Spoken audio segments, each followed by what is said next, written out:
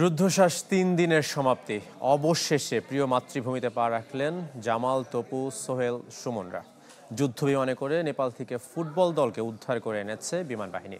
সঙ্গী ছিল ১৬ সাংবাদিকও।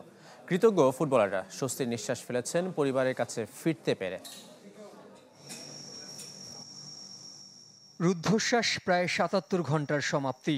অবশেষে দেশের মাটিতে পা রাখলেন ফুটবলাররা। উদ্বেগ উৎকণ্ঠা শেষে সবার চোখে মুখে স্বস্তি। দুই প্রীতি ম্যাচ খেলতে নেপালে গিয়ে ৮ সেপ্টেম্বর থেকে কাঠমান্ডুতে হোটেলবন্দি ছিল টিম বাংলাদেশ। তাদের উদ্ধারে বৃহস্পতিবার বিশেষ অভিযান পরিচালনা করে বিমান বাহিনী। দুপুর ১১:৩০টায় ঢাকা ছেড়ে যায় কার্গো বিমানটি।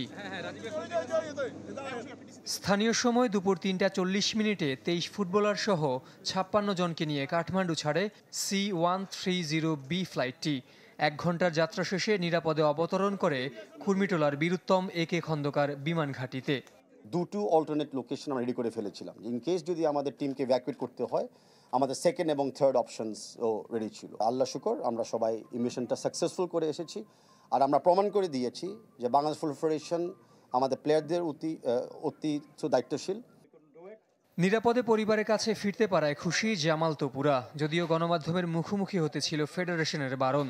তাদের হয়েই নেপালে হোটেলবন্দি জীবনের অভিজ্ঞতা শুনিয়েছেন দলের সঙ্গী হওয়া দুই গণমাধ্যম কর্মী।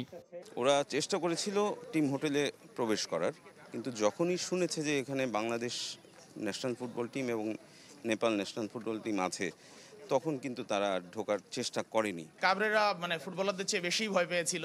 বিমানটা যখন গিয়ে নামলো ত্রিভুবন বিমানবন্দরে, তখন সব ফুটবলার দাঁড়িয়ে যায়, দাঁড়িয়ে গিয়ে বিমানের দিকে তাকিয়ে থাকে। ওই সময় সবার মোটিভটাই আসলে চেঞ্জ হয়ে যায় যে না, বিমান এসেছে অবশেষে এবং আমরা ফিরতে পারছি। আগামী মাসে এশিয়ান কাপ বাছাইয়ে হংকংয়ের মুখোমুখি হবে টিম বাংলাদেশ।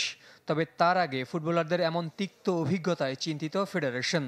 ট্রমা কাটাতে প্রয়োজনে মানসিক চিকিৎসার কথাও ভাবছেন বাফুফে সভাপতি।